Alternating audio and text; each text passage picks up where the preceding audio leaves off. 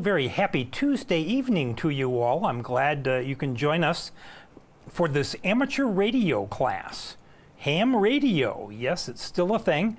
And of course, the folks who are in our Zoom classroom, who are also then watching us on our YouTube live stream, they knew about that. That's why they're here. They want to get their general class or the intermediate level license in the United States. And you get that by passing a 35-question multiple choice test. And that's what this class is all about, to teach you the information you need to pass that test and to get on the high frequency bands, which I think are the most exciting part of ham radio, because you can talk station to station over thousands of miles. It's really kind of cool. We use this book. I like to show the books. This is the American Radio Relay League's General Class License Manual, the 10th edition. This has the current question pool for the general class. All of the questions and answers are in the back of the book, and they're the questions you'll see on your test. Just the answers are going to be in a different order, so don't memorize A, B, C, or D. That won't do you any good. Tonight is jam-packed radio signals and equipment, so let's go ahead and get started. Section 5.1 is basic modes and bandwidth. And if you took our technician class, much of this is going to be review, but let's go over it anyway. Get on the right computer here. So adding information to a radio frequency carrier is called modulation. And what we're seeing here is, let me turn on my laser pointer so you can see it better. There we go. So here we have an audio signal. It's a sine wave. And here we have a radio frequency carrier signal, much higher in frequency. And when we use this audio signal to modulate or change the strength of the radio frequency carrier, we get this modulated carrier signal. This is amplitude modulated. And what we're looking at here is in the time domain, with amplitude on the vertical scale and time on the horizontal scale. So this is the kind of display or kind of thing you would see in an oscilloscope. And amplitude modulation changes the instantaneous power level of an RF carrier to convey information. And amplitude modulation, when we look at it in the frequency domain, so again, amplitude is on the vertical scale, but instead of time, we're looking frequency. So here's the frequency of the radio frequency carrier, and below that frequency is the lower sideband, and above that frequency is the upper sideband. And does anybody know what is the most popular ham radio voice mode on HF? Is it AM? You can unmute and tell me. Single sideband. Single sideband. So we use just one of these. And we're going to see that tonight a little bit later. Let's move on to frequency modulation. So we looked at amplitude modulation, where we were changing the instantaneous amplitude of the carrier wave. But frequency modulation, we have this modulating signal. Again, it's a sine wave for our illustration. And we see that the carrier wave's frequency, higher in frequency, lower in frequency, higher in frequency, lower in frequency, is in tune with the modulated signal. So this is frequency modulation, changing the instantaneous frequency of an RF carrier in order to convey information. And with your car radio, you've got the AM car radio, that's amplitude modulation, and the FM section, that's frequency modulation. And much of ham radio VHF communications for public service is FM. Analog FM transmissions through repeaters. Now, a kissing cousin of frequency modulation is something known as phase modulation. And phase modulation changes the phase angle of an RF carrier in order to convey information. And with phase modulation, with frequency modulation, the frequency changes with just the amplitude of the modulating signal. But with phase modulation, it changes with both the amplitude and the frequency of the modulating signal. So if you have a lower frequency modulating signal, it won't change the phase very much. But if you go with a higher frequency, higher pitched audio, for example, then the phase change is much more dramatic. But they can both be received on conventional FM receivers. So that's just a quick basic review. We're going to look more here at modulation in just a second. But I want to point out to you that hams, in my opinion, are opportunistic. We take advantage. We're not unethical, but we are shrewd, we are strategic, we are imaginative. We take advantage of existing conditions, the conditions as they are right now. For example, are there sunspots? Right now we're at the peak of the 11-year sunspot cycle. So we want to be on the high frequency bands because we know that that's where the long distance signals are likely to be. Is the band open? Well, is it daytime? Is it nighttime? Is there a DX contest running? So we take advantage of existing conditions as opposed to the telecommunications industry. The telecommunications industry, they seek reliability. They want reliable communications. And new in this question pool was the thought of radio links. A radio link is a radio circuit between 2 points. It's a dedicated circuit going from point A to point B. So in this case, we have to think more like a telecommunications provider.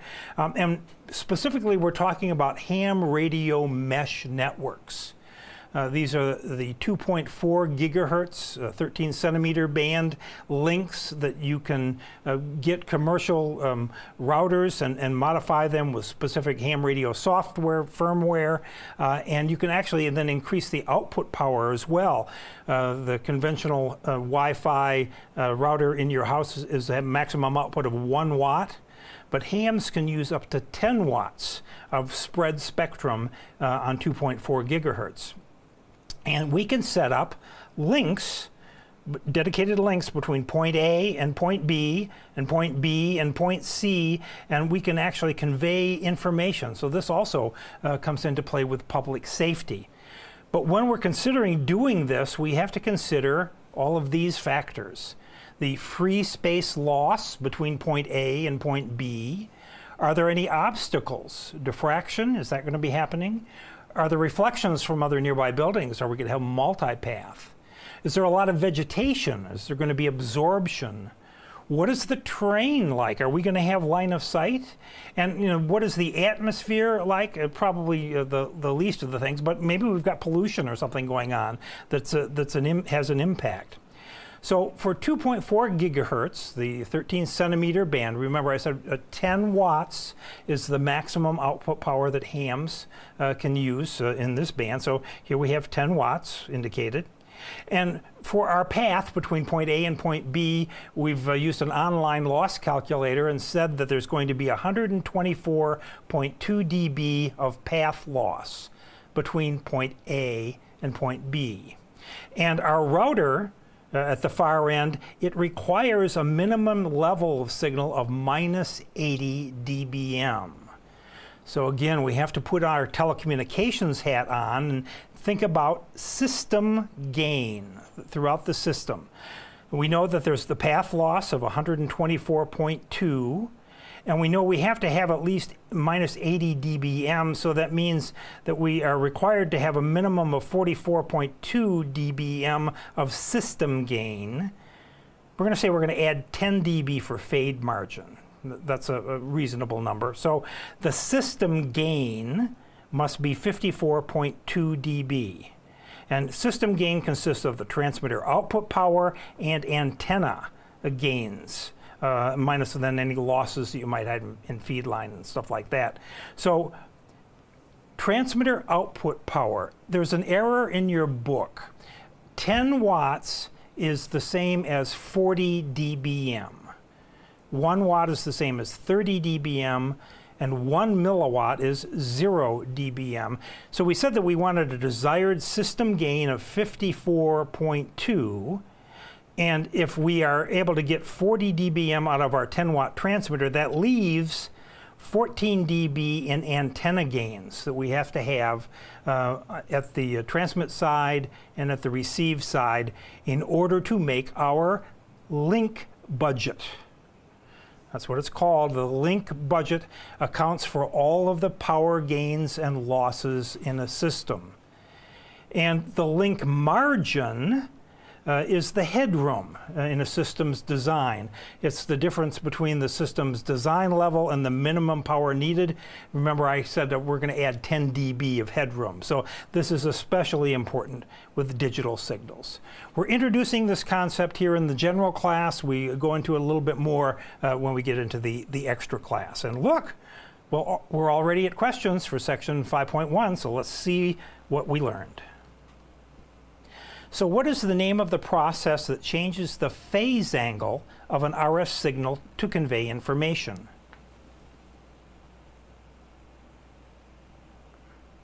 Bravo.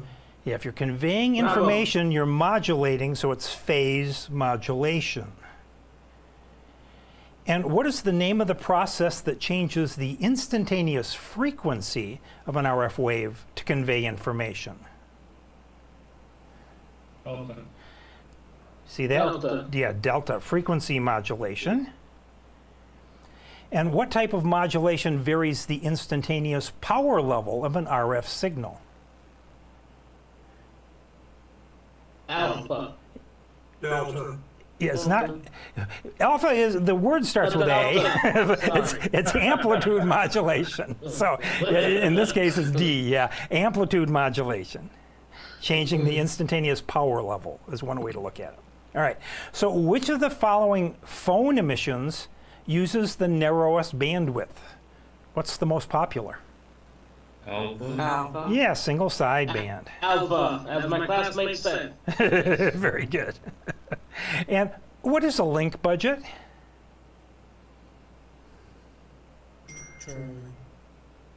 Charlie. Yes, indeed. It's the sum of transmit power and antenna gains minus system losses as seen at the receiver. And what is a link margin? Bravo. Yeah. So one of our students a while back noted that sometimes the right answers are the longest answers, and in these last two, that has been the case. The link margin is the difference between received power level and the minimum required signal level at the input to the receiver. Very good. All right. On to section 5.2, radio's building blocks. And as a competent amateur radio operator, we want you to be able to know your radio and to know your signal. That's important. And so one of the most popular HF radios right now being sold is this one. It's the ICOM 7300. They've sold over 100,000 of these radios. And so we're looking here at the front panel of a 7300, and you see that right there, there's a frequency display. And what does that frequency display indicate? Notice it's on, I think, lower sideband. I don't have my glasses on. But what is that indicating?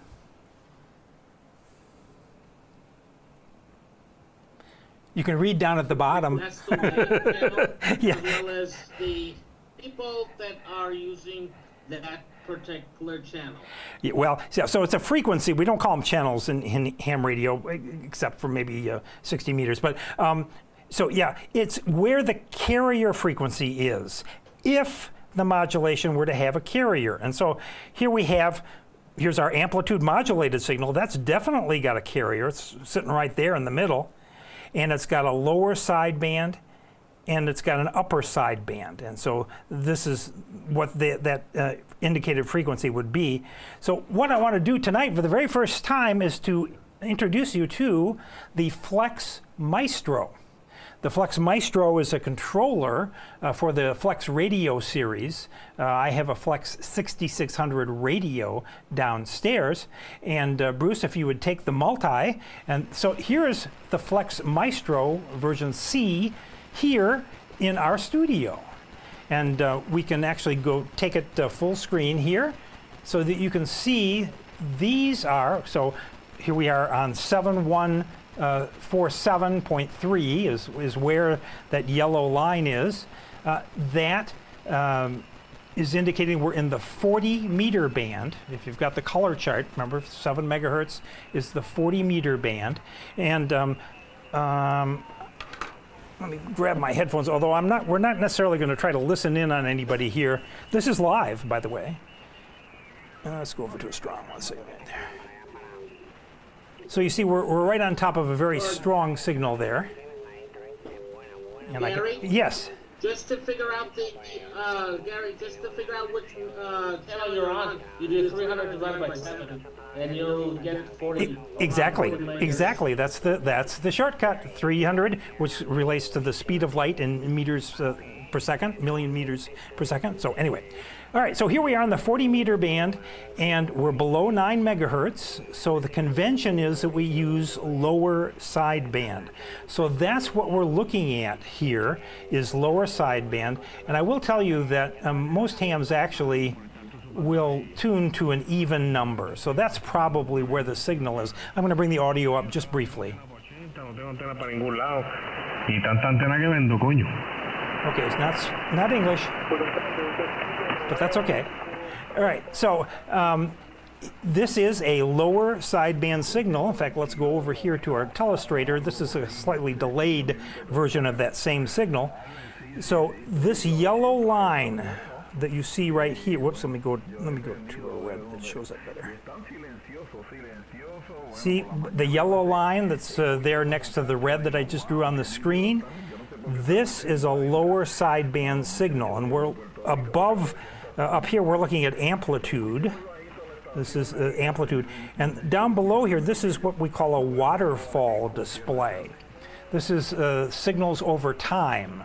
And so the farthest away it is in time. So this is about 20 seconds delayed there. So you can see where signals were if you want to tune back in. And where this yellow line is 7.154 megahertz. And so this is a single sideband signal in the 40 meter band. Now, one nice thing about the 40 meter band from an instructor's point of view is that there are generally shared signals from the International Shortwave Service, but I don't see any tonight, or where we are right now. But let me go here and select up the kind of demodulation. So I've selected up AM. Now let's go back to our telestrator here. So you see right there's the carrier signal. Over here is where the lower sideband would be. And over here is where the upper sideband would be. Now in this case, this is still a single sideband signal, so there's not an upper sideband. But just want to illustrate with live signals some of the things that we've been talking about. So for single sideband, if you want to go back to the laptop, Bruce, the frequency indicated is the carrier frequency if there was a carrier. And again, single sideband does not have a carrier. And we say that single sideband signals are typically about 3 kilohertz wide. So that's what I say when I want you to know your radio and know your signals. You need to know how wide your signal that you're transmitting is and what kind of bandwidth it's occupying and where in the band it's going to be. So here again we are on the 40 meter band, 7150. And it's a 3 kilohertz signal, so lower sideband. So your signal, transmitted signal's energy is going to be all the way from 7150 all the way down to 7147. That's completely normal. And we saw that on the waterfall display. For the 20 meter band, where we use upper sideband signals, again, 3 kilohertz is the bandwidth. So here's we're signal at 14,350, and the upper sideband is going up here to 14,353. Whoa, wait, what? The top end of the 20 meter band is 14,350. If you transmitted here, you would be out of band. And I have seen hams in contests do this over and over and over again. But you're one of our students. So I want you to pay attention and not do this. All right, we want you to know how close to the edge are you, the band edge. So let's go ahead and take a look again at the Maestro. I'm going to go over to the 20 meter band, because that's what we've been talking about. Let me dial it up to 14,350.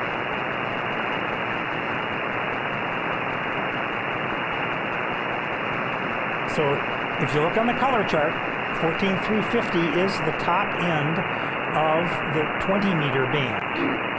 But if I were to push transmit on this radio right now, it would error out. In fact, let's try it. I'm not seeing the error, but it's smarter than I am. It won't let me transmit. Yes. The 7300 Yes. will not allow you to go out of band. Exactly. Nor will the flex. But that's not true for all radios. So many older amateur radio transceivers will allow you to transmit out of band. So we want you to keep in mind where the points are that you can transmit with the authorization for your license class. And generals have a different authorization in some of the bands than do extras, let's say. So keep that in mind. All right, let's go back to the laptop. Just a review again. We've got an AM signal that has a carrier and 2 sidebands and a bandwidth of 6 kilohertz. And you may hear people say, yes, single sideband has more talk power than an AM signal. Why is that? Well, it has to do with, let's say you've got a 100-watt radio. So you've got a 100-watt amplifier, the output transistors in that radio, and if that amplifier has to amplify both the lower sideband, the upper sideband, and that carrier, the output is going to be, complete, but it's going to be at a lower level than if you could just use all of that 100-watt amplifier to just amplify one of the sidebands. Then you'll have a stronger signal. That's where you get the idea of having a greater talk power with single sideband. Morse code, the CW mode. Here's our 7300 again. With CW, the indicated frequency is the frequency that you will transmit on. But keep in mind that when you're modulating the radio frequency carrier by turning it on and off, in the Morse code pattern, you actually have a bandwidth. The bandwidth of your transmitted signal depends on the transmitter's keying rise and fall times. And these are things that can be adjusted in the radio. A very fast rise and fall time will give you a much wider bandwidth. And we say typically that for CW, the occupied bandwidth is about 150 hertz. Shall we look for some CW signals? Let's try. All right, another Maestro moment. Let's go back over to the Maestro. Let's go on down. So Morse code signals can be used anywhere in the band, but you are likely to find them at the very bottom of the band. That's the CW portion. And in the middle there are data signals, FT8 and things like that, which we just went by.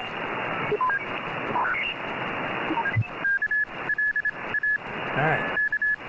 Let me just turn up the, can we, yeah, we've got some Morse code coming there. And if I actually put the radio in the CW mode, you'll see the filter goes much narrower.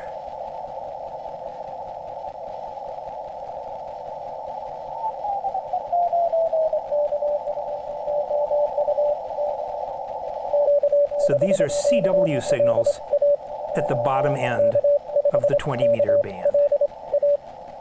So I just wanted you to be able to see that. So we talked about the occupied bandwidth of signals, and for a single sideband it's about 3 kilohertz. For AM it's about 6 kilohertz. For Morse code it's about 150 hertz. Well, for frequency modulation, we say that the occupied bandwidth is about 10 to 15 kilohertz. And FM has to do with where you're actually adding the modulation. In an FM radio, you have a microphone here, for example. It goes into the local oscillator, the reactance oscillator, and you're actually changing the frequency directly to the modulation of the audio, and then it's amplified out and used in the other stages of the radio. So this is frequency modulation, where you're actually modulating the local oscillator. Phase modulation typically happens where you have your audio coming in through an amplifier here, and the oscillator is over here. And the oscillator just sends a pure signal through this resistor here, and you alter its phase by changing the reactance across this varactor diode. So modulation after the oscillator gives you phase modulated signals.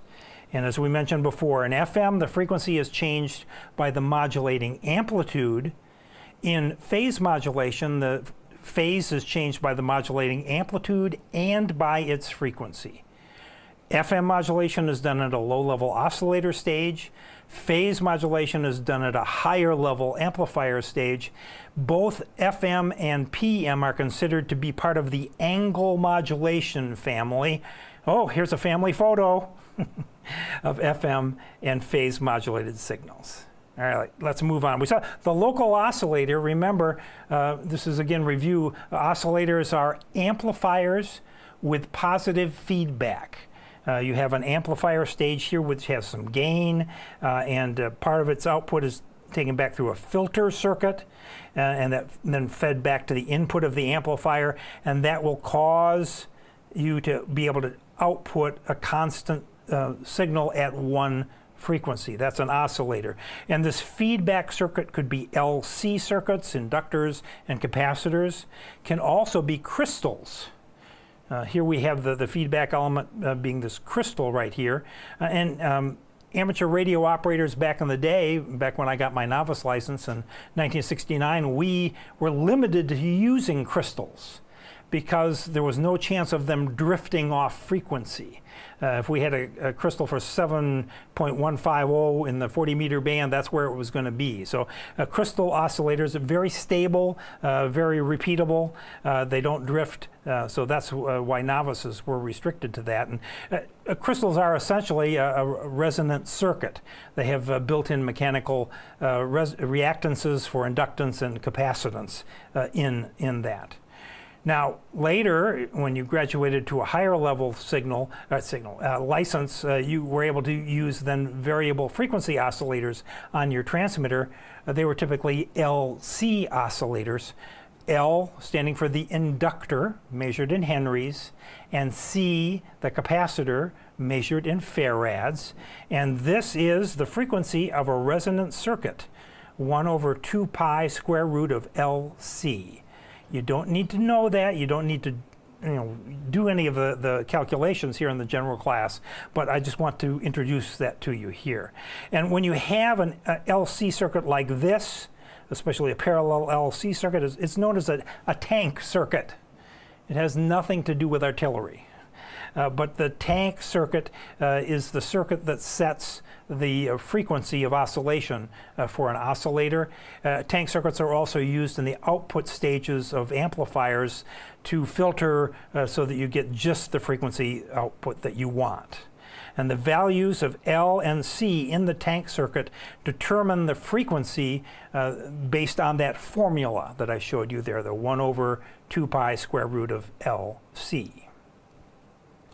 Well, I want the stability of a crystal, but I want to be able to change frequencies. That's where the direct digital synthesizer was born. Its claim to fame is you can have variable frequency, but with crystal oscillator stability. And direct digital synthesizers were kind of like this. They had a phase accumulator, a lookup table, a digital to analog converter.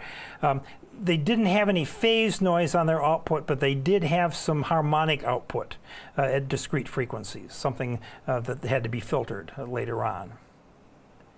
So a process that's used in both transmission and reception is called heterodyning. It was invented by a Canadian, Reginald Fessenden. And heterodyning is the process of combining two frequencies to come up with a third. And so we use mixers. And mixer math consists of, you have in this case, a signal coming in on the 40-meter band.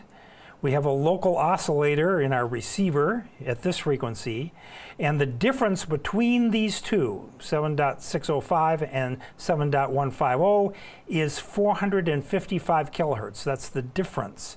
And that is the typical IF, or intermediate frequency, of a super heterodyne radio receiver, 455 kilohertz.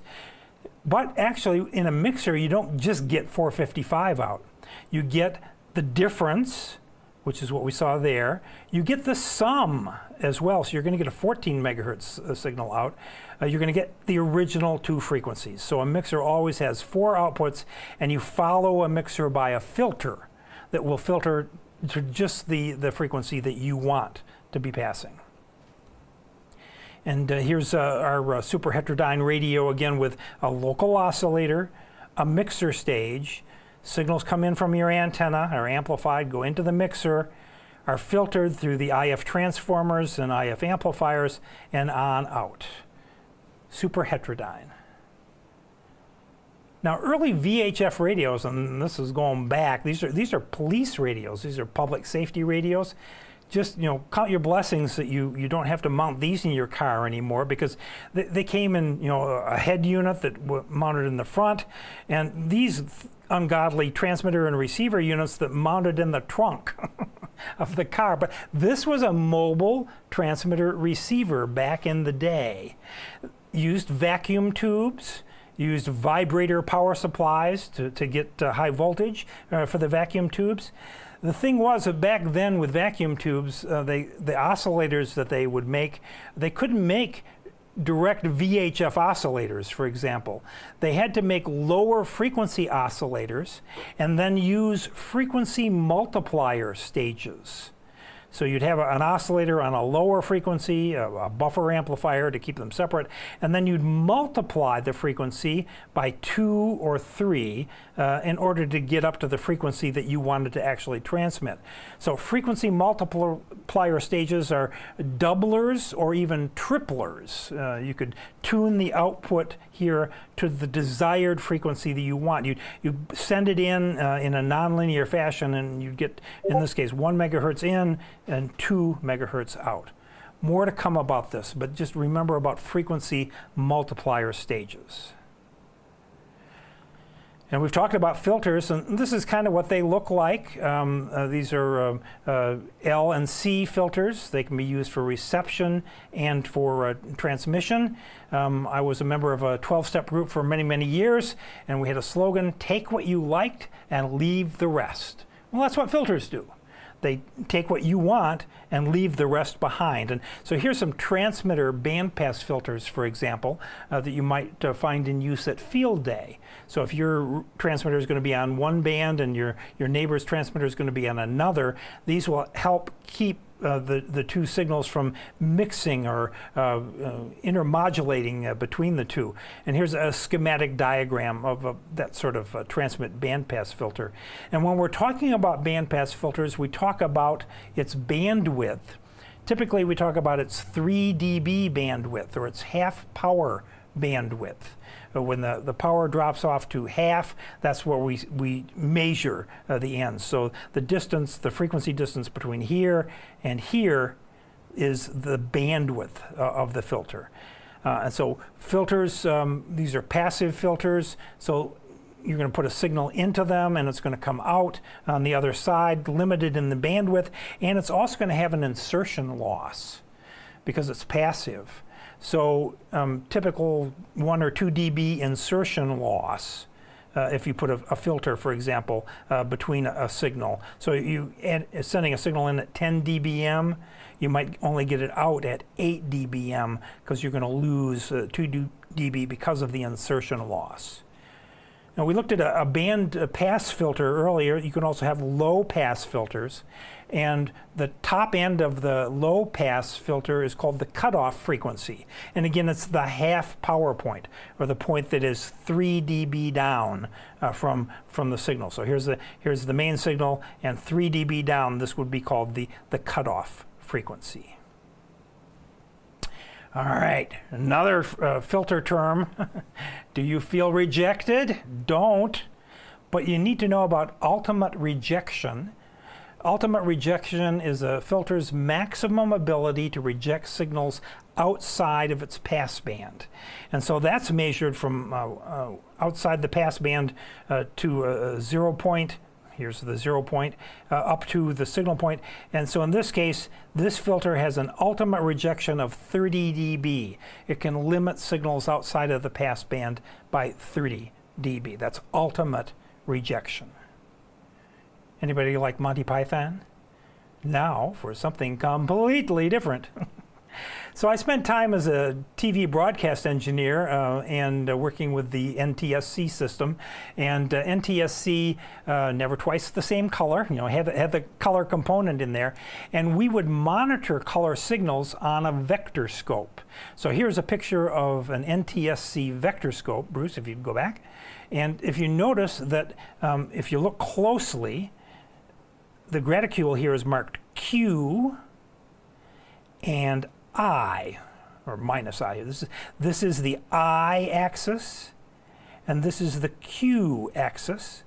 These are the combination of two signals, in phase and quadrature, in phase and 90 degrees out of phase. And that was how color signals were modulated in the NTSC system. Now, I want to go back to, we have analog signals, so the NTSC system was an analog system, and then we have digital signals. Now we've got the HDMI and the HD signals and whatnot. I and Q signals can be in both domains. They can be in the analog domain, and they can also be in the digital domain. And I and Q signals, they still stand for in phase and quadrature. They're signals of the same frequency range, but shifted in phase by 90 degrees. So the simplest to look at it is, here's two sine waves, and one is shifted from the other by 90 degrees. Now, you don't have to have sine waves. It could be more complex waves, but that's the same way that it was done with the color, with the Q axis and the I axis on the vector scope. Interesting things happen when you add I and Q signals together. You can actually create a third signal from the I and Q signals. And if the I and Q signals are more complex than a sine wave, well, the signals you get out can be more complex. And so just know this fact, that with the right I and Q signals, you can create any type of modulated RF signal. We're not going to go into the math and prove it, but just take this as a given, that with the right I and Q signals, you can generate complex waveforms. And with the right I and Q signals, you can create any type of modulated RF signal as well. And so you have modulators and demodulators. With I and Q, you can demodulate any sort of signal. Okay, we're not going to prove it here tonight, but here's a typical look at this is a receiver, a limiter, bandpass filter, and then we have a phase adjusting system, and then we have in phase and quadrature signals that are going out to be further processed. Now with analog and digital, as I mentioned, we can have I and Q signals in both domains. So you can have analog I and Q and digital I and Q. And digital I and Q is really neat when it comes to software-defined radios. A software-defined radio, the definition is one in which most major signal processing tasks are handled in software. So there aren't a bunch of analog signals running around inside. This is the Flex 6600. Rather, there's an analog to digital converter right at the input of the receiver that converts the entire bandwidth into digital signals, and then it's dealt with in the digital domain. And you use a control software like Smart SDR or the Maestro that we saw earlier to control a software-defined radio. More to come. But first, some questions. So which of the following are basic components of a sine wave oscillator?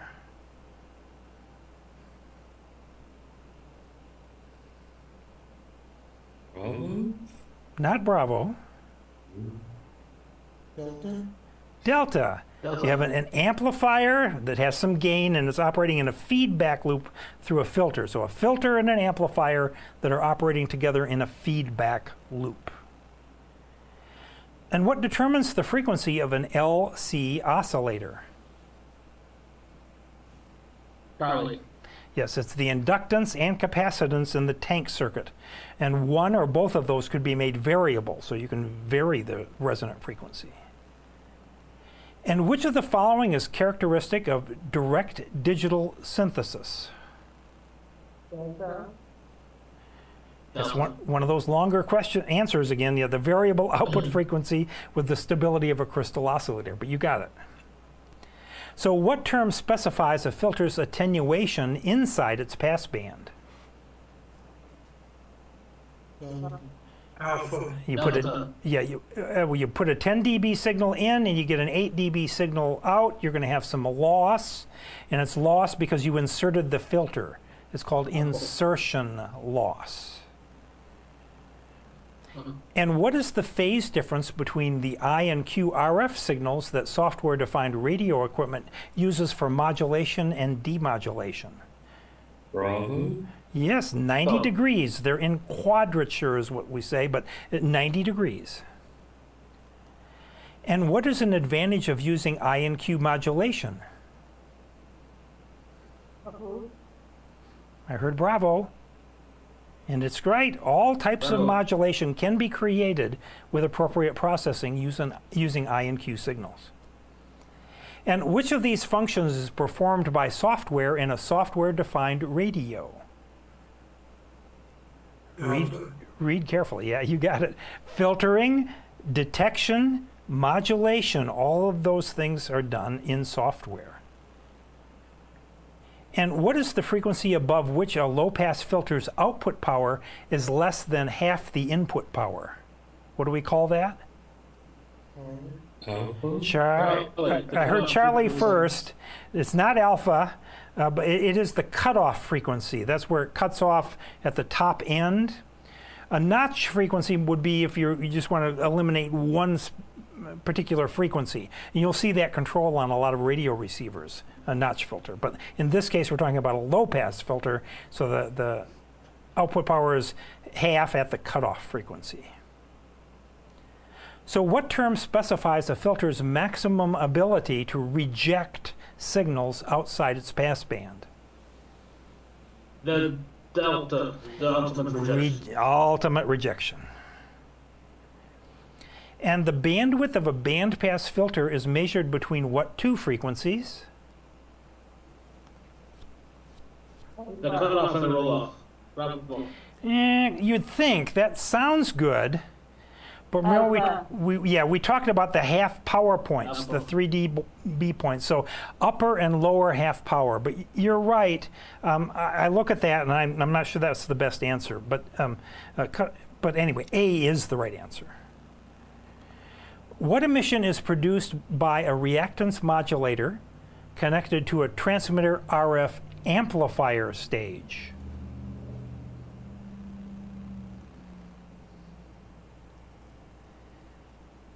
Charlie. No. Delta. No, it's alpha? No. So it's Bravo. It's phase modulation. Remember, phase modulation doesn't happen at the oscillator. It happens somewhere down the line in an amplifier stage after the oscillator. So that's what they're getting at here. Transmitter RF amplifier stage after the main oscillator. That's phase modulation. And what is another term for mixing two RF signals? It's what Mr. Fessenden invented, heterodyning. And what is the stage in a VHF FM transmitter that generates a harmonic of a lower frequency signal to reach a desired operating frequency? Multiplier. Well, we say that alpha, a mixer, changes frequencies, so that's a logical answer. But what I'm going for here is, you remember that old radio equipment I showed you there, that with the transmitter and receiver you had to mount in the trunk? And back then, yeah, they could only make oscillators work at lower frequencies. So in order to get up to their desired operating frequency, they had to multiply using frequency multiplier stages. We're going to have some math coming up here that you'll see it again. So what combination of a mixer's local oscillator and RF input frequencies is found in the output? So we're talking about a mixer. Charlie. The sum and the difference are two of the four signals. The original signals are the other two. All right, very good. All right, transmitters. So the first voice mode was amplitude modulation. It was using a spark gap transmitter, again by Mr. Fessenden, the Canadian, in 1900. And he was talking to his assistant, Mr. Thiessen. Hello, 1, 2, 3, 4. Is it snowing where you are, Mr. Thiessen? And the signal went 1 mile. So that was amplitude modulation. And again, here we are looking in the time domain, amplitude versus time. This is what you see on an oscilloscope screen. This is a modulation envelope. It's the waveform created by connecting the peak values of the modulated signal components, the original modulating signal and the carrier. When you add these together, you get this waveform, the modulation envelope. So Fessenden wasn't the only smart cookie back in the day. Edwin Armstrong, he invented the phase modulator, and also he invented the first balanced modulator. And a balanced modulator generated a double sideband suppressed carrier signal. Huh? What's that? Well, it's a kind of an amplitude modulated signal. So here's his balanced modulator, all right? Here's an RF oscillator generating a radio frequency signal. Here's your microphone and your speech amplifier. And what it generated was the lower sideband and the upper sideband, but no carrier frequency. Ooh, that's interesting. What can we use this for? Well, there are two methods that are used in amateur radio to generate single sideband signals, and the balanced modulator is one of them. A balanced modulator followed by a filter. So that's called the filter method. And the other method is called the phasing method. And we're going to look at that first, the phasing method. But what we're trying to do is take the baseband modulated audio. Okay, here's our AM signal, but we want just the upper sideband, or we want just the lower sideband. And so here we have this gentleman who is a pioneer in the United States, Wes Shum, who his company Central Electronics pioneered the use of the phasing method to generate single sideband in the 1950s. And this is the basic circuit of the system, just kind of a block diagram of how the things were connected together. These systems you can still find at Hamfest with the Central Electronics logo. And Bob Heil, one of the pioneers in audio and amateur radio, he was big into this, and he loved his Central Electronics single sideband modulator. Well, let's take a listen to Bob tuning it up.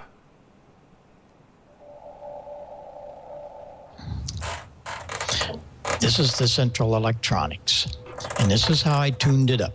You'll hear the receiver. We select the band, 80 meters, 75 meters.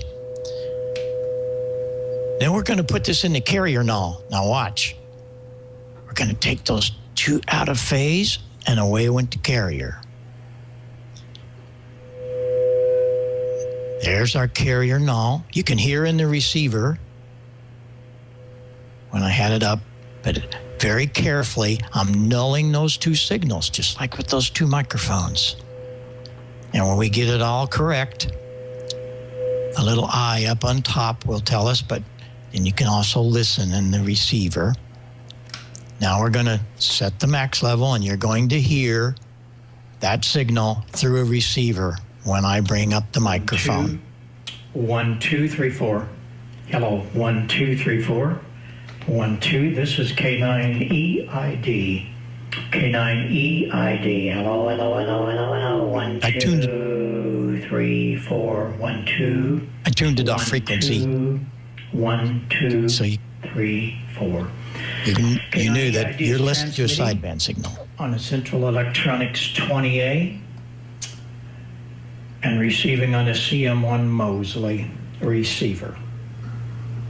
There's the little receiver you're listening to, and I just had it in the background. ID, And K9 there's my Echo scope. Italy Delta, And everybody needs a Central scope. Electronics Everybody needs a 20A, scope. 600L. But there's the baby. 600L, no tune linear. It's got a band switch and it's got a meter switch. And these guys today come along with their tens of thousands of dollars in amplifiers. Look at that. Isn't that beautiful? Look at that, George. Is that cool, George? I love it. I just thought it'd be kind of fun to let everybody see why George and I and Lynn and all these guys are so pumped up about this stuff. It is fabulous. Go to a ham fest, find a 20A, send it down to Nick. We're going to have Nick on in a few weeks. It'll probably be the first or second week of February. We'll keep you posted, and Nick and George will be back, and we'll talk a little bit. We're gonna. So Bob passed away about a year ago, but there he was demonstrating, his love for amateur radio and love for real radios that glow in the dark. And the phasing method, though, was really too difficult for most hams. It was really fiddly. You saw it there to tune. The vacuum tubes drifted. It did provide a very clean output when properly adjusted, but it lost favor to the much easier to use filter method. But before we leave this, come back to me just for a second, Bruce, if you would. There is a book I'd like you to be aware of, this one right here, Amateur Radio's Unsung Hero, Wes Shum. And it's available on Amazon, and it talks all about the phasing method and the development and the work that Wes put into it, and all was not lost, because you'll see here in a minute. But the filter method was the other way, and that used Edwin Armstrong's balanced modulator, and you'd have an upper sideband and a lower sideband output from that, and you could have a filter or filters, one for the upper sideband and one for the lower sideband, so you would pass only one of those signals on to another mixer that would then be heterodyned out to the desired output frequency. So the filter method for manufacturers was much easier to make, much easier to put together in a factory radio. So filter method radios were the most common. And so, right, the phasing method is dead, right? No, because of software. Enter the software-defined radio. And inside an SDR, it's easy to create the mathematical functions of the phasing modulator in software. So most SDRs to this day use the phasing method, but a digital implementation of that to create single sideband. All right, let's shift some gears. I heard this today. So come back to me just for a second, Bruce. There's a de-expedition on the air right now from the Andaman and Nicobar Islands, which is a chain just off of the coast of India. VU4AX, I believe is the call sign. And they came on the air today on 20 meters, 10 meters, and 12 meters. I can only hear them on 12 meters. and they were operating to an audience, because not a lot of people have been able to work this location. So they're very, very popular, and they have just hundreds of stations calling them. All right. So now we're going to talk about the biggest operating oops that you can do. Come on back to the laptop, and that's has to do with operating split mode operation. So if the DX is here and the pileup of hundreds of people are here, the DX is going to be transmitting on one frequency, and he directs the pileup. I'm listening up 5, or I'm listening up 5 to 15, as was the case this afternoon. And all of us, we're supposed to be transmitting 5 to 15 kilohertz above in frequency where he is. So we transmit here, he listens up here, he transmits here, and that's where we listen. This is split mode operation, or as the Italians call it, split. And it allows the DX station to thin out the herd, and his frequency remains clear, theoretically. And we want you to know how to put your radio into the split mode, because the oops comes when you set up the wrong transmit indication, and you end up transmitting on the DX station's frequency. Or even worse, you didn't know he was operating split because you didn't take the time to listen. That's the very first thing you need to do. So here's another example. This is Mr. Mauritius. Mr. Mauritius is transmitting here on one frequency, and he's listening up here. Well, us here in the United States, we should be listening on his frequency that he's transmitting, and we should be transmitting where he is listening. And you can use dual VFOs for split operation. So you can set up receive on VFO A and transmit on VFO B.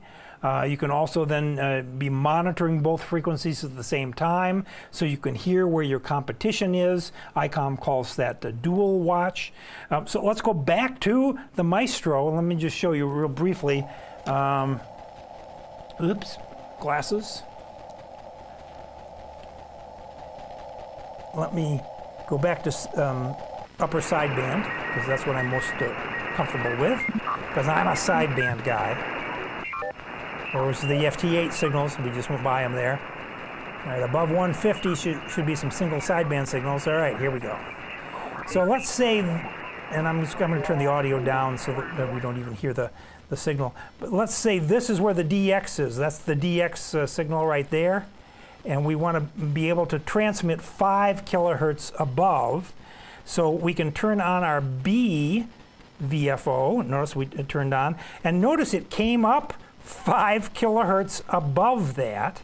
And then if I move my transmit to the B side, see the red there went to transmit. So now I am properly set up for split mode operation if the DX was on this frequency. So once again, let's take a look here at our telestrator. So here's where the DX is. That's where we're listening here. Here's where our B side is. This is where we're going to be transmitting. This is split mode operation.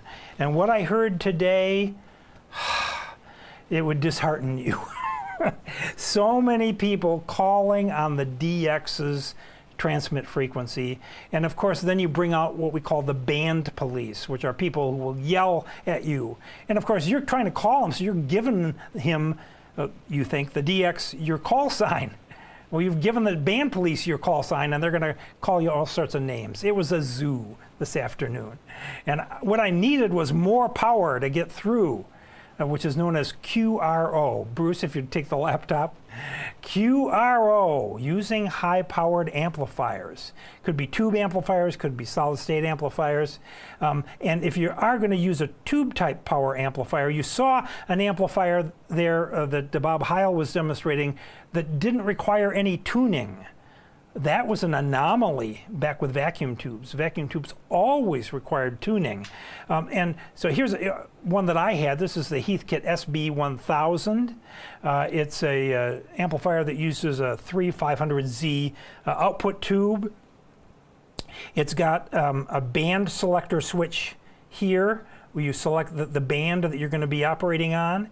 It's got a plate tuning capacitor here that you adjust, and then a load capacitor that you adjust as well.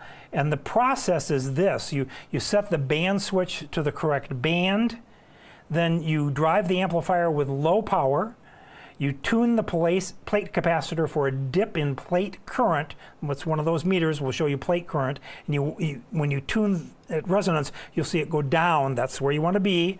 Then you adjust the loading capacitor for maximum output. Then you increase your drive and retune the plate capacitor for a dip. Then you adjust the loading capacitor rather, for the maximum output, not to exceed the tube's ratings. And you also want to then monitor grid current too, to not exceed the input rating on the tube. All of those things you're doing, you want to be an octopus, but it becomes second nature after a while. But the first time you tune one of these tube type amplifiers, it's a little hairy. So the first time you do it, bring somebody over who knows what they're doing and they can talk you through it. Now, tube type amplifiers, okay, so what's the advantage of solid state amplifiers? Solid state amplifiers don't require this. They have bandpass filters, but that's as far as they go as far as tuning. So there is no dipping and adjusting the load, et cetera, et cetera. So that's why they're more expensive, however, as well. So tube-type amplifiers were also then sensitive to the amount of power that was coming into them, the drive power. But they had a signal, the automatic level control signal, that the amplifier would send back to a transceiver to reduce drive power if there was too much. The ALC prevented overdriving the amplifier. And so you had to check between the compatibility of the ALC voltage and your radio, what kind of ALC voltage it was expecting. And then also, this is not a test question, but some of the older amplifiers used push-to-talk circuits that were 110 volts AC, which modern radios will not switch 110 volts AC. You'll let the smoke out. So don't do that. So here's an old Kenwood TS570 connected to the Kenwood TL922, and inside. So here's the coax cable taking RF from the transceiver over to the RF input on the amplifier, and then here's the RF output going out to the antenna. And in the blue cable here were two signals: the push-to-talk signal and the ALC signal. The ALC would send the signal back to the transceiver and say, hey, slow down, not so much signal, you're overdriving me. And here's a test question for you. For single sideband, how much power is output when you key the mic but you don't talk? Anybody know? 0. 0. Yes. If you don't talk, there's no modulation, so you don't actually generate a sideband signal. And so when you're using ALC with single sideband, the drive levels from the radio are directly affected by the radio's microphone gain control and its transmit audio level control if it has one. And too much audio gain would increase the transmitter's RF output, the transceiver's output, and could cause the amplifier ALC to send voltage back. So long way around the barn, too much ALC coming back to the transceiver. One way to combat that is to turn down the microphone gain. It's not intuitive, but that's the answer. And you always want to be careful about switching. The SB1000 amplifier that I showed you there used a relay to go between transmit and receive, transmit-receive relay. You did not want to switch that relay while you were generating RF in your transceiver.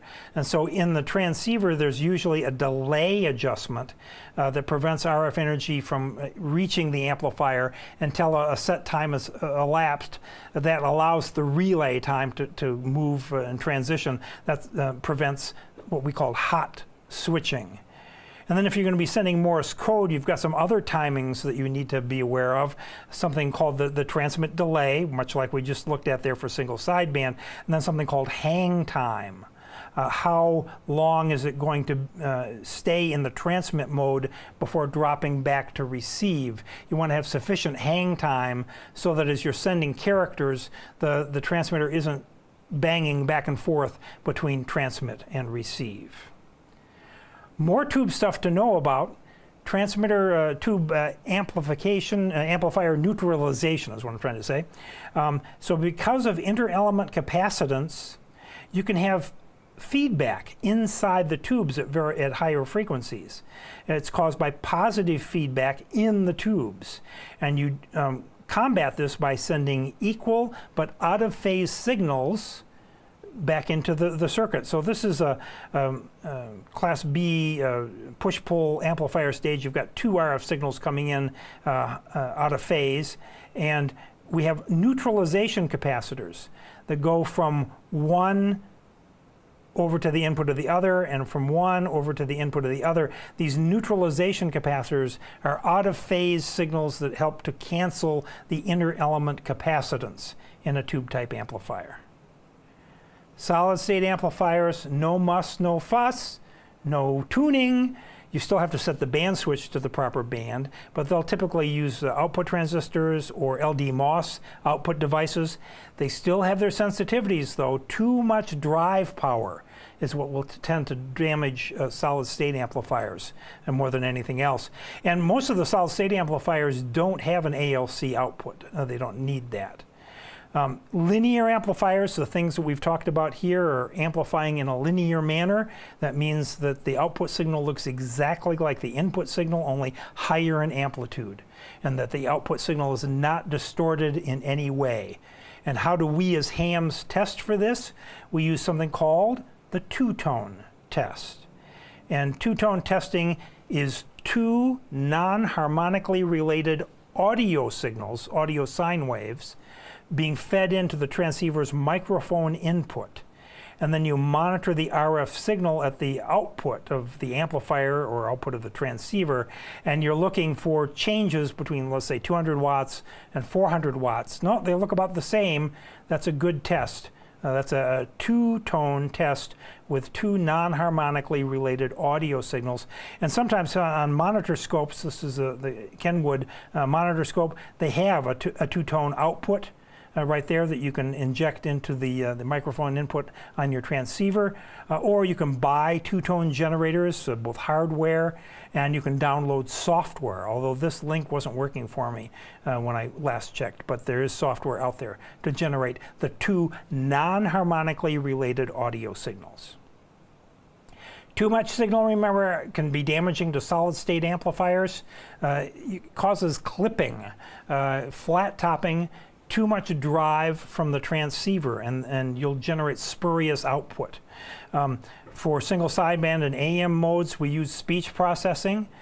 Speech processing, compression, for example, it raises the average power level of the signal, which at the far end at the receiver increases the receive intelligibility, especially during poor conditions. So most of the transceivers have built-in processors. They're also outboard processors. Audio frequency equalization is another mode that you can use to process your signal. But remember that too much of a good thing is not good at all. Too much of a good thing causes clipping, causes distortion, and it causes splatter. So here's a clean signal. It's occupying the bandwidth that it should, but here's one that's splattering below and above. And when you get a radio with a spectrum display like the Flex or ICOMs or whatever, you'll see this sort of thing. And you'll say, hey, that guy's splattering all over the place. Some people don't care, but we want you to care. We want you to be a good citizen. Also, be aware of your mic gain. You don't want to turn it up to 11 because you'll pick up every little thing going on behind you, the wife yelling at the dog, or the TV going on in the background. So watch the mic gain and keep that at a reasonable level. So amplifier efficiency, we're talking about how much out for how much in. It's the amount of RF output power that we get from an amplifier divided by the DC input power, how much power it takes to create that. And that gives you the efficiency of an amplifier.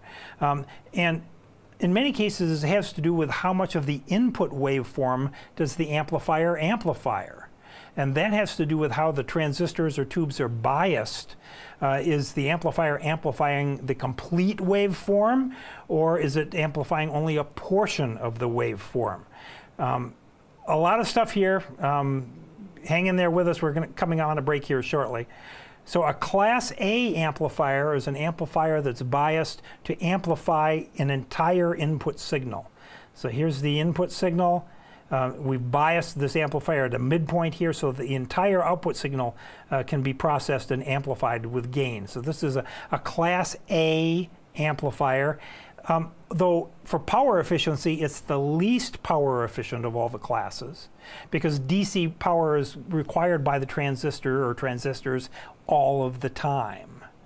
Now a Class B amplifier, also known as a push-pull amplifier, only amplifies half of the waveform.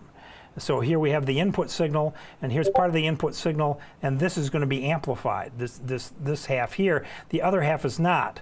And we get around this by using two transistors, one biased one way and one biased the other way, and then we combine them together to give us all of the waveform. So this is a Class B amplifier.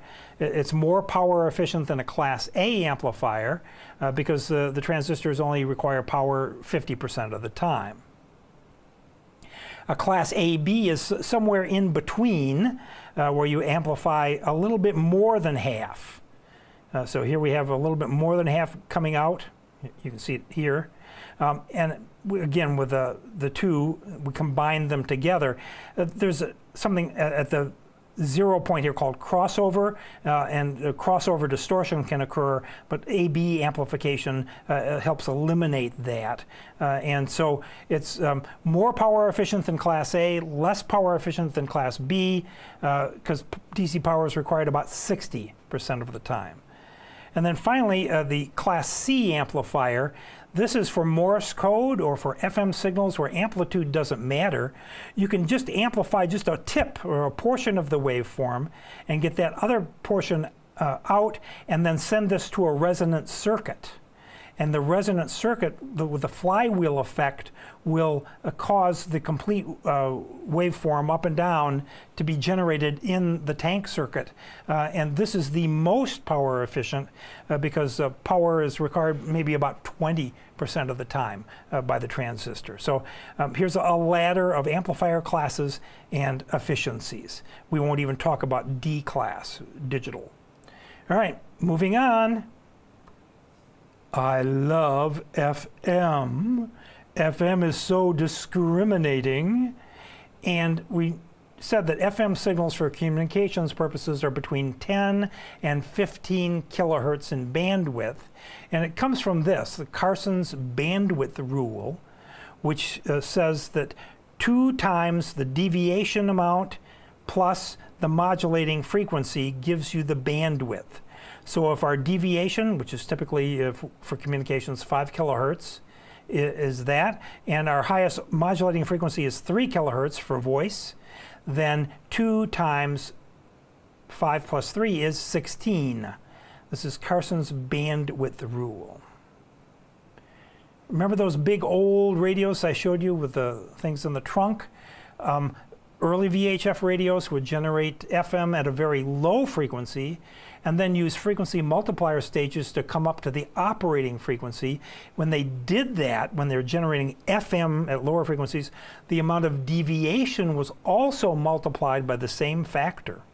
So for 2 meters, for example, if we wanted to operate on 146.52 and with a desired deviation of 5 kilohertz, but we had a low frequency oscillator at 12.21 megahertz, well, to get 12.21 up to this frequency, we had to multiply by 12 times. And the original deviation was multiplied by 12 times as well. So the original deviation was only 416 hertz. Just introducing you to these concepts. They're on the test, however. Well, let's see, because we got some questions, and then we're going to take a break.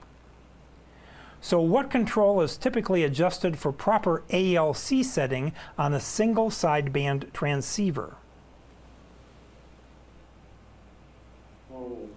Bravo. Yep, transmit audio or microphone gain. Yep. And what is the effect on plate current of the correct setting of a vacuum tube RF power amplifier's tune control? You're tuning the plate. Bravo. So you are looking for a pronounced dip in plate current. And why is automatic level control used with an RF power amplifier? Charlie. Yes, to prevent excessive drive. And what is the correct adjustment for the load or coupling control of a vacuum tube RF power amplifier?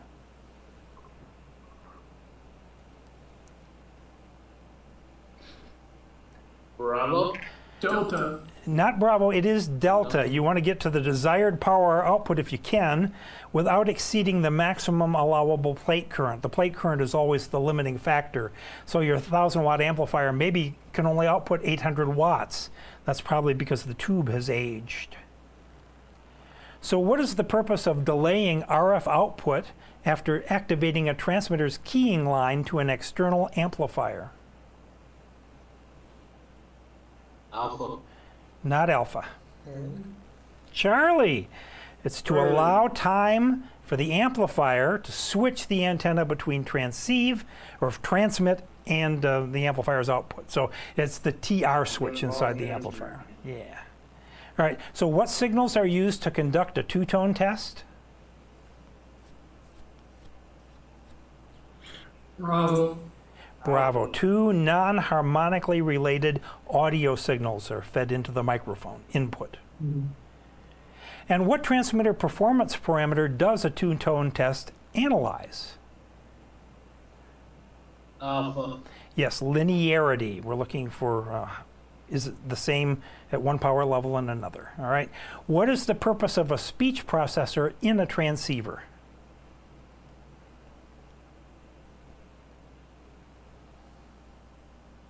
Alpha. Yes, it increases the apparent loudness of transmitted voice signals at the opposite end, at the receiver.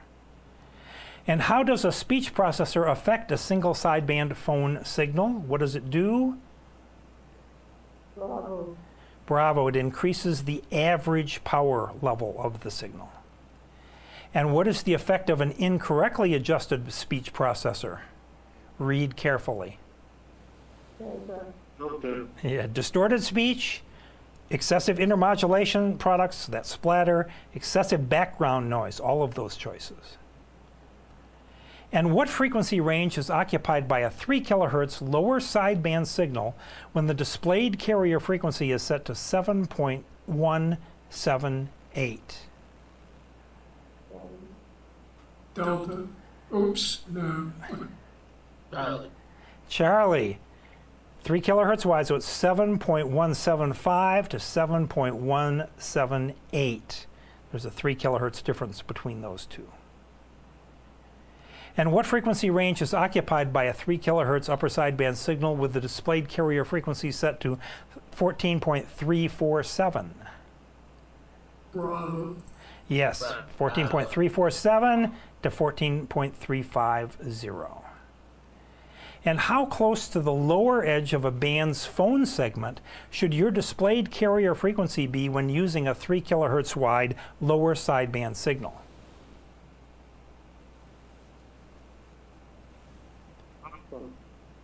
I heard alpha. Bravo. Or Alpha. It's alpha.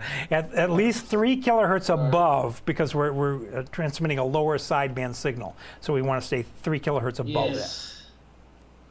So how close to the upper Now edge? it's Yeah, Bravo. upper. All right. How close to the upper edge of a band's phone segment should your displayed carrier frequency be when using a 3 kilohertz wide upper sideband signal? Bravo. Yes, at least 3 kilohertz below the edge of the band. I'm running through because I don't want to go late tonight if we can help it. So what is the purpose of neutralizing a vacuum tube amplifier?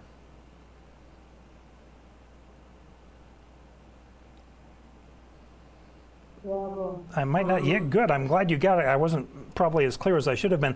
The transmitter, or the amplifier, can take off on you. It can start generating its own signal at these higher frequencies if you don't neutralize it. So it's to eliminate self-oscillations. And which of these classes of amplifiers has the highest efficiency?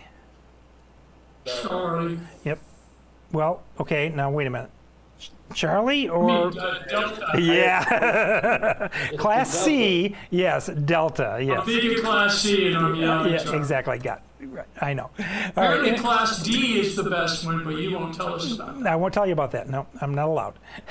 In a Class A amplifier, what percentage of time does the amplifying device conduct? Alpha is right, 100% of the time. And how is the efficiency of an RF power amplifier determined?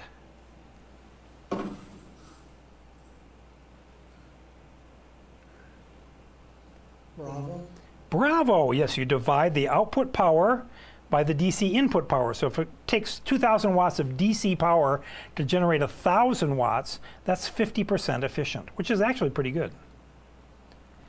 So which of the following describes a linear amplifier?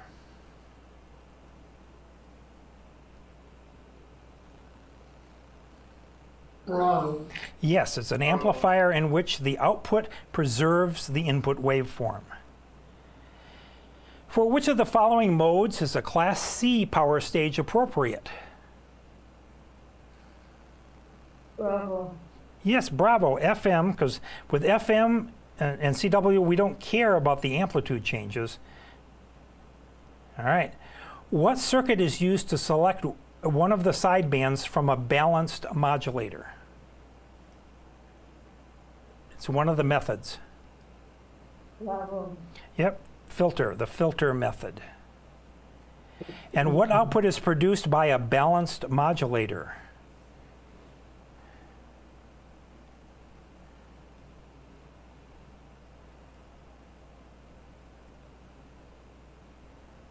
Edwin Armstrong's invention was the double sideband suppressed carrier balanced modulator.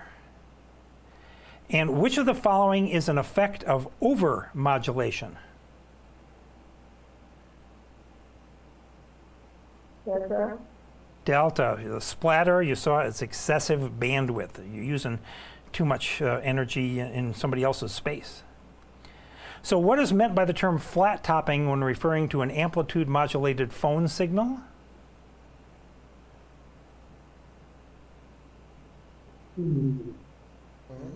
Charlie, yes, signal distortion caused by excessive drive or speech levels.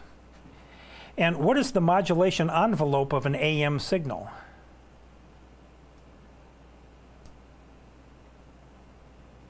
Delta. Not delta. Alpha. Alpha, yeah, we're looking in the time domain, so the waveform created by connecting the peak values of the modulating and carrier signals, so you get the modulated signal. So what is the total bandwidth of an FM phone transmission having 5 kilohertz deviation and 3 kilohertz modulating frequency? Carson's rule, 16. yes, 16 kilohertz. Those numbers ever change? It depends if your deviation goes down. If you have narrow band FM, its deviation is only 2.5 kilohertz. So yes, then the modulation bandwidth would change. Thank you. So what is the frequency deviation? Okay, for a 12.21 megahertz reactance modulated oscillator in a 5 kilohertz deviation, 146.52 megahertz FM phone transmitter. Do we remember? Bravo. This is the frequency multiplier. Yes, yeah, it's 416 kilohertz. All right, you go on a well-deserved 5-minute intermission. Hang in there. It gets easier from here on in. So let's take 5. We'll be back.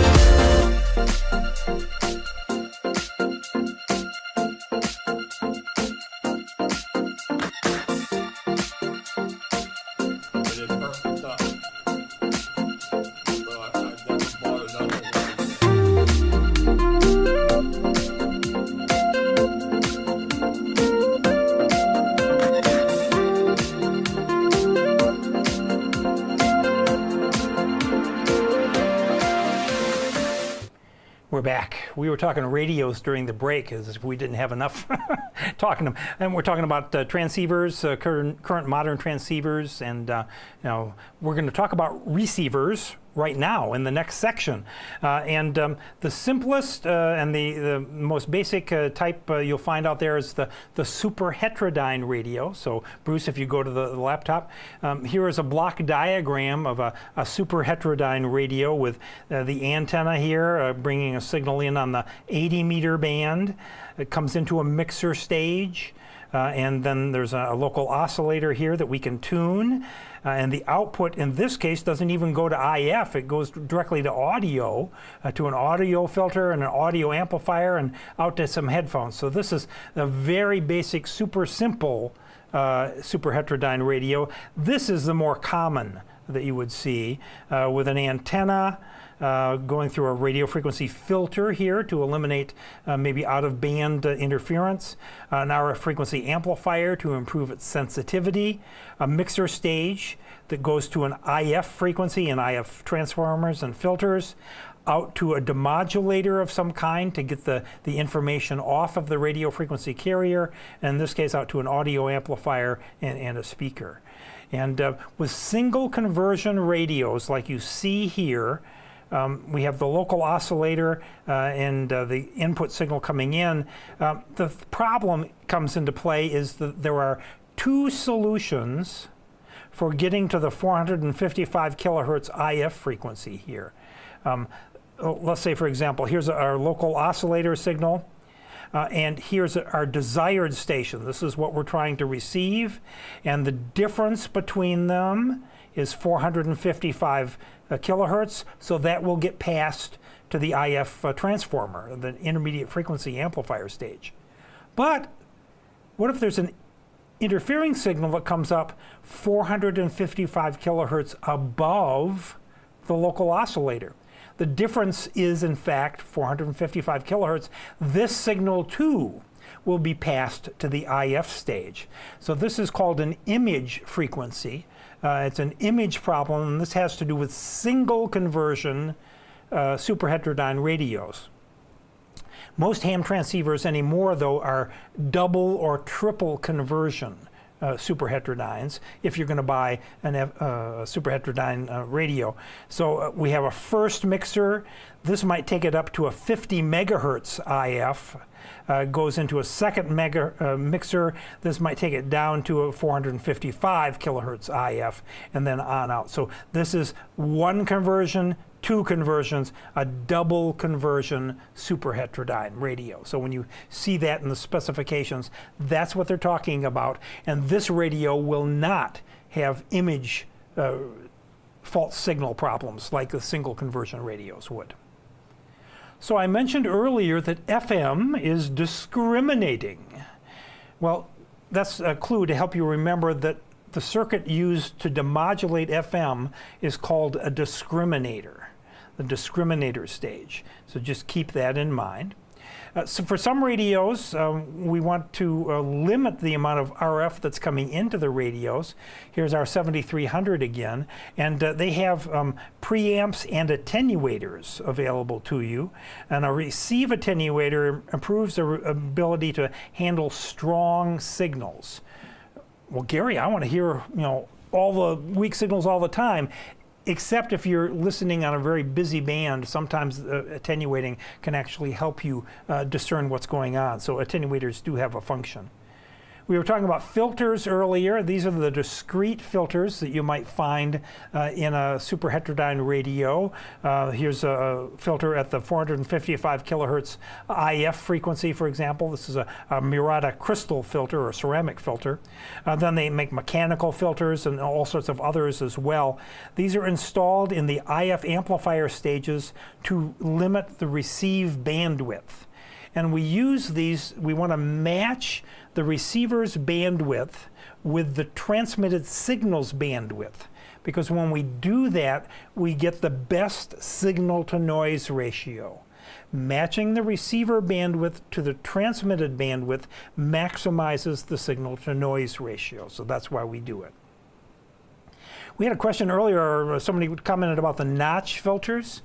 So notch filters are used in receivers to block interfering carrier signals or signals that appear just on one frequency.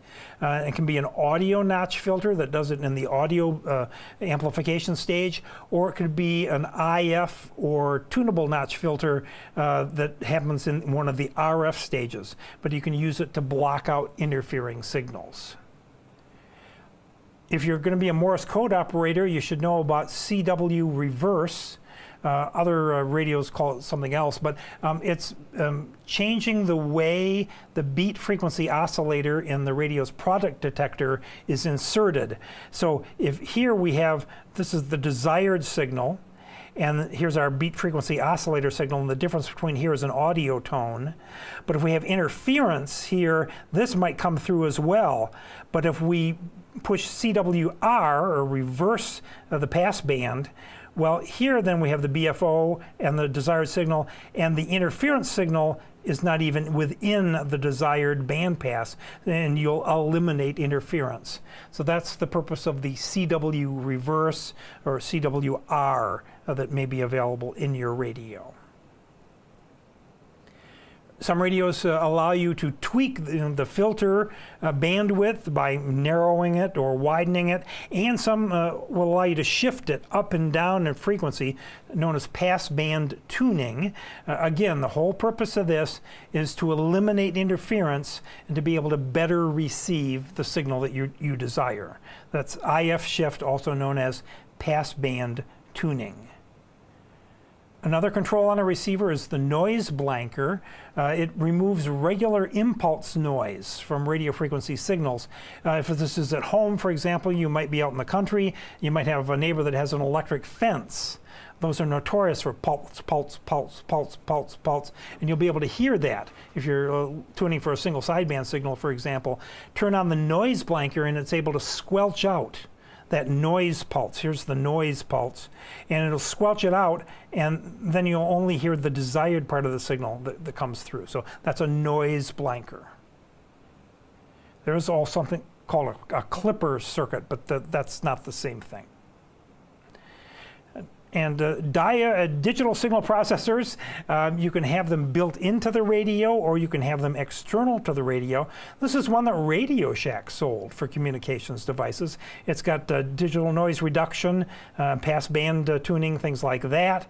Yeah, you could set it up for single sideband or for CW operation. Most radios have it built in. The IC756 from ICOM was one of the first with built-in IF digital signal processing. All modern radios now have some sort of digital signal processing. In DSP, you don't need the multiple filters because it does noise reduction, it does notch filtering, it does noise blanking, it does audio peaking, all of those things as well. With DSP, you don't have to buy filters, and these can be $100 to $200 each. So if you want to put a new filter in your old radio, oops, it's a lot of money. However, again, as we always say, too much of a good thing is not good at all. Too much processing, if you turn that noise reduction up too far, you'll get distortion. So you want to use these things in moderation. All right, shifting gears again. On your receiver, you're going to have a signal strength meter. It's calibrated on the left side in S units, S3, S4, S5, S6, S7, S8, S9, and above S9 it's calibrated in decibels, plus 10 dB, plus 30 dB, plus 60 dB. And each of the S units on the left-hand side is said to represent a 6 dB difference. And you might remember that 6 dB is 4 times a power difference. So in order to raise the received signal strength 1 S unit on a receiver, it requires 4 times the transmit power, or an antenna with a directional gain of 6 dB. And if you might remember decibels, here are the various dB numbers and the ratios, the power ratios. So that's what we're talking about. And superhet radios that can receive single sideband and Morse code, they have something called a product detector. That's this circuit here, with a pair of diodes, a pair of balanced diodes, and a beat frequency oscillator signal that comes in between them. And this allows you to receive single sideband and Morse code. Okay, we got some questions. What is the purpose of the notch filter found on many HF transceivers?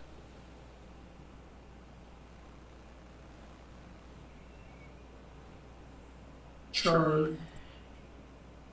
No. The notch filter. We're just cutting out one frequency. Could be in the audio passband or could be in the IF, and we do that in order to reduce interference from a carrier or carriers that are inside the receiver passband. So if you've got an adjacent signal that's got a tone then appearing in your audio, you can notch that out. You can eliminate it. And what is the benefit of using the opposite or reverse sideband when receiving CW? Alpha. Not alpha. I think I've worn you all out. Charlie. Charlie, exactly. It may be possible to reduce or eliminate interference from other signals by shifting the passband. So how does a noise blanker work?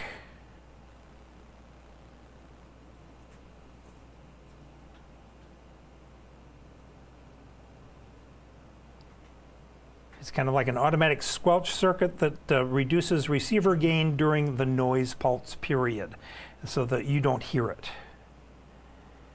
And what happens as a receiver's noise reduction level is increased? If you go too far, Alpha. yes, the received signals may become distorted. And what is the purpose of using a receive attenuator?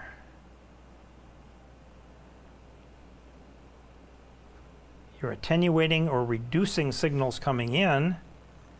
Alpha. Yes, to prevent receiver overload from strong incoming signals. And what does an S meter measure? Charlie. Yes, received signal strength. That's what the S stands for.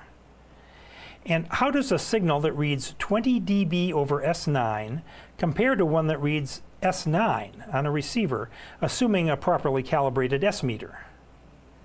So there's S9 and then 20 over S9. Delta. Delta. It is 100 times more powerful. 10 dB is 10 times, and 10 times 10 is 100 times. So yes, 20 dB is 100 times.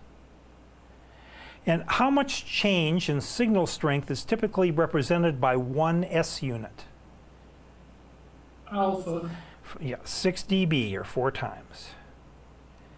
And how much must the power output of a transmitter be raised to change the S meter reading on a distant receiver from S8 to S9? Charlie. Yes, Charlie. but 4 times, 6 dB. And how is a product detector used?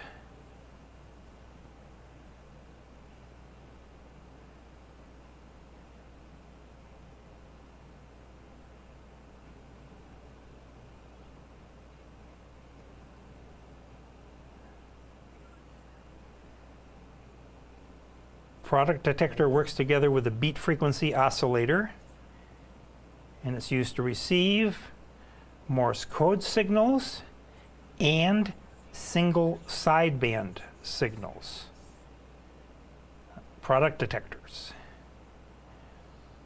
So which of the following is an advantage of a digital signal processing filter compared to an analog filter?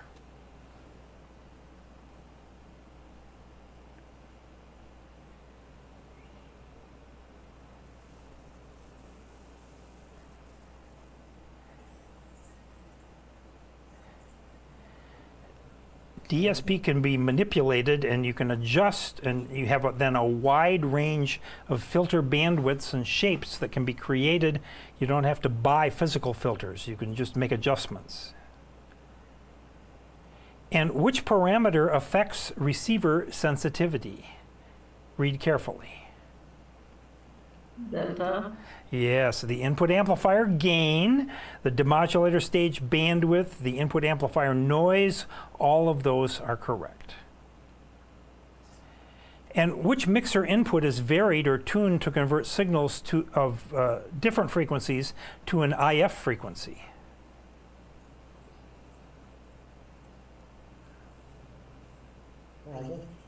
Yes, you've got the input frequency and you've got the local oscillator frequency that are sent to the mixer. And what is the term for interference from a signal at twice the IF frequency from the desired signal? Single conversion radios have this problem. Bravo. Yes, it's the image response problem, or image frequencies. And why is it good to match receiver bandwidth to the bandwidth of the operating mode?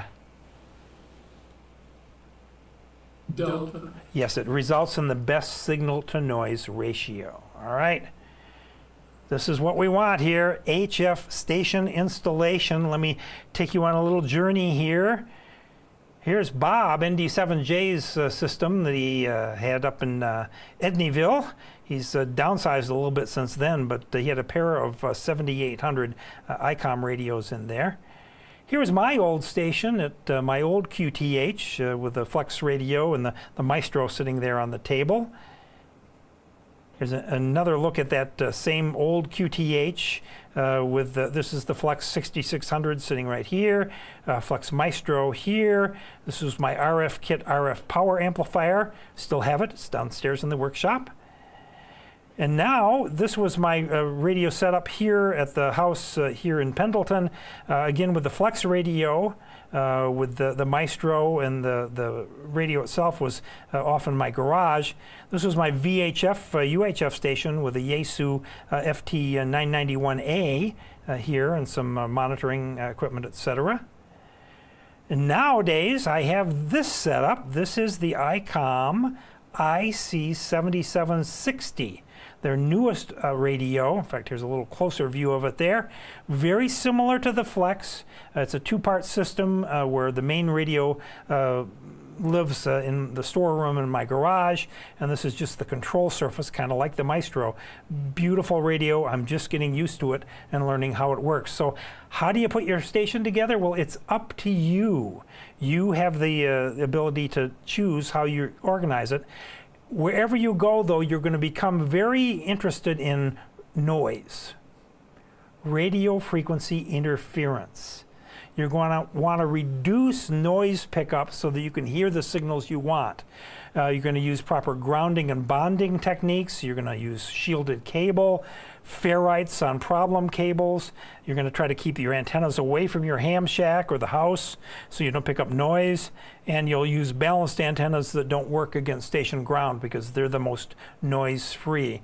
You're going to also want to be away from local transmitters of any kind because you're going to have intermodulation problems. If this is your neighbor, you're going to probably have some problems in reception. So this is story time. I'm going to make it brief. But back in Liberia, when I was working for the Voice of America, this was the radio I had then. It was a Kenwood TS-180 solid-state transmitter. And nearby us was the missionary radio station and hospital, Elwa. So they had broadcast transmitters going on there, and they also had something called the Missionary Radio Net. It was an 80-meter single sideband net, and it was a way for expats, Americans and others, to keep up on what was going on, what was happening in country. It was kind of like our local news. And so to implement 80 meters, I wanted to put in a new radio. So I put in the Kenwood TS-440 as my second radio. And the TS-440, well, it caused me problems. I had all sorts of interference in my ham shack where I never had it before. Now, my house was located, just adjacent to the VOA's high-powered transmitting farm. We had 250,000 watt transmitters, big curtain antennas, and the houses were just off in the woods back over in there. And what happened was that the input switching diodes on the Kenwood TS440, my new radio, these little diodes right here, were picking up all of the RF noise coming from VOA and generating new frequencies. It was intermodulation. They were intermodulating. I was QRMing myself. And what I had to do was finally remove the antenna cable from the second radio until I wanted to use it. When I would put power to that radio, then everything was fine. But it took me the longest time to figure that out. So intermodulation distortion is interference caused by the mixing of two or more signals in a nonlinear device, like the diodes that I had in my radio there. And in the formulas, you'll see F1 is the frequency you're trying to receive, and F2 is an interfering frequency. We're not going to go deep into this, but just know that we have first-order products, second-order products, third-order products. So here are the station that we want to receive, and here's the interfering signal in the blue here, and these close-in intermodulation products might interfere with us, and we can calculate them using these formulas. But again, these are the ones that we're concerned about, the third-order products, third-order interference, and you determine that by 2 plus 1 is 3. So that's third order. So these are the products that we would be most concerned about for causing interference. And just know that that happens. More about this in the extra class. If you're going to use a long wire antenna and feed it at the end, which works great for a shortwave receiver, but not so much for a transmit antenna, you're probably going to get RF in the shack, much like this guy in his QSL card. RF in the shack will cause distortion if you're going to be transmitting single sideband in the mic audio. It could cause your transmitter to lock up, stay and transmit. Oh, that's no good. Causes USB and other computer circuits to die. Well, how do you fight it? Through proper grounding and bonding, by putting ferrites on cables to bypass common mode currents, and to use bypass capacitors in audio circuits. But if you're going to feed a high power end-fed antenna, you may end up getting hot spots in your station, and that's the solution there is to bond everything together with a good ground shield and a good ground strap. In the email I'll send out tomorrow, I'm going to provide you with a link to this. It's a 90-minute video that I highly recommend called Standing Up for Standing Waves, and we use it more predominantly in the extra class. But there are two rules from this 90-minute video that I want you to know about: that a quarter wavelength of wire at a particular frequency, some length of wire is going to be a quarter of a wavelength long. That is known as an impedance inverter. Whereas a half wavelength of wire, or twice that, is something called an impedance repeater.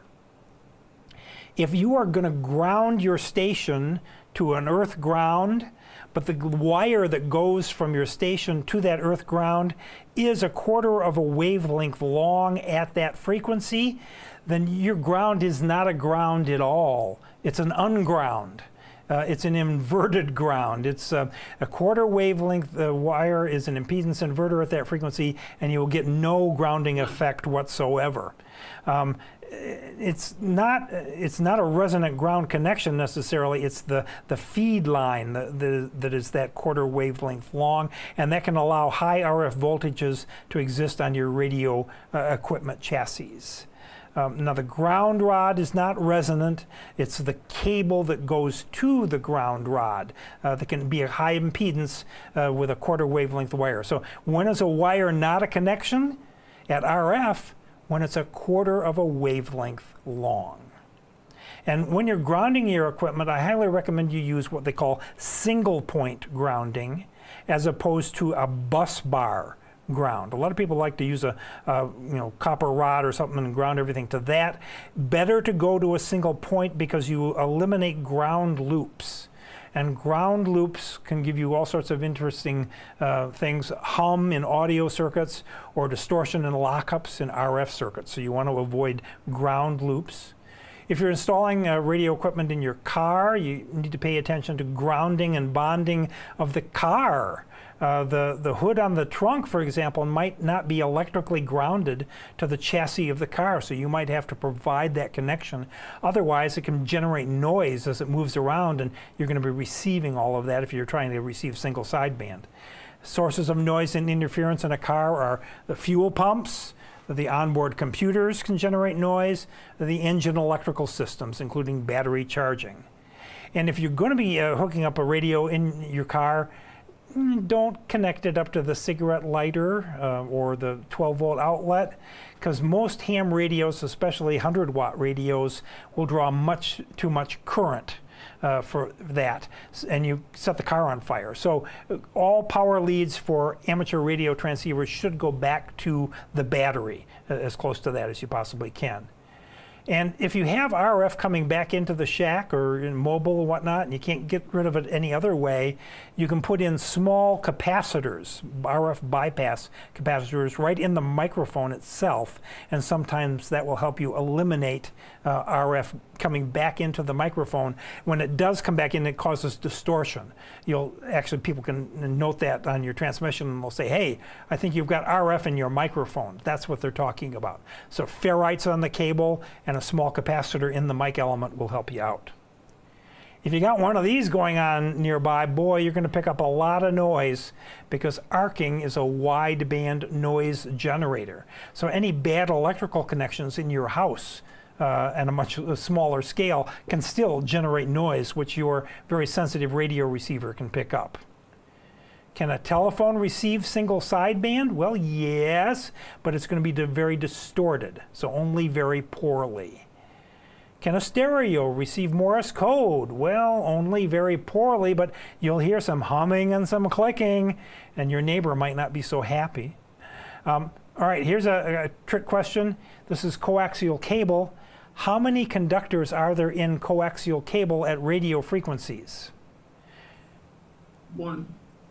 Well, so here's the inner conductor, and here's the outer copper braid. How many now? 2. Yeah, but because of skin effect, which we'll go into in the extra class, RF actually flows on the inside of the braid, and a separate conduction path is on the outside of the braid. So coaxial cable, even though it has just the 2 copper components, there are 3 wires in it. Whoa, the inside of the braid and the outside of the braid, and ferrite beads or ferrites that you can wrap the cable through like this impede the RF current flow on the outside of the coaxial cable. It's called common mode current, and that can eliminate a lot of interference problems. So you'll see at many ham radio stations, you'll see a lot of these ferrite beads or clip-on ferrites being used. That's to eliminate RF feedback or RF problems in the ham shack. Gonna put one of these on your car? Well, there's the WAF, the wife acceptance factor. For mobiles, the antenna is always the problem, the most ugly things, but we use loaded antennas with inductors here to shorten the length, because if this was for 80 meters, a quarter wavelength is going to be 60 feet tall. That's not going to work in a car. All right, questions, and I think we can be done. So which of the following might be useful in reducing RF interference to audio frequency circuits?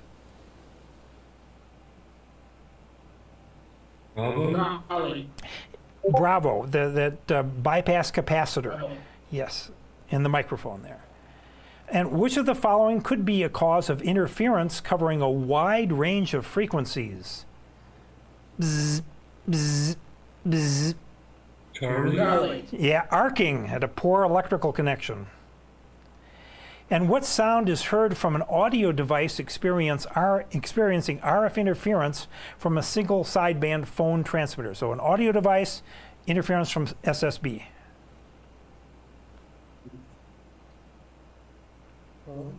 Charlie, yes. It's going to be distorted because it doesn't have the ability with a product detector and a BFO to re-inject the carrier. So it's going to be speech, but you won't be able to understand what they're saying. And what sound is heard from an audio device experiencing RF interference from a Morse code transmitter? Alpha. Yeah, on and off, humming or clicking. And what is a possible cause of high voltages that produce RF burns? Charlie, I guess. Not Delta? Charlie. You see, the ground rods can't be resonant, but delta, yes, the cable could have a high impedance. It could not be carrying current because it's a quarter of a wavelength long. This is something that we have to watch out for. And what is a possible effect of a resonant ground connection? Same question, just asked a different way. Delta? Charlie, no, Charlie, you could have high RF voltages on the enclosures of station equipment. And which of the following would reduce RF interference caused by common mode on an audio cable?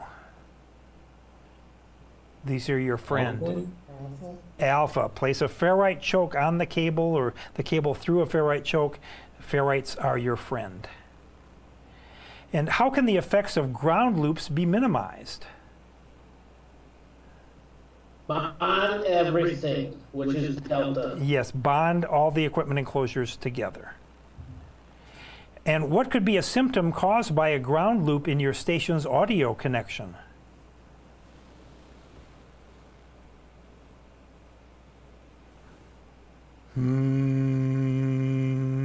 Delta?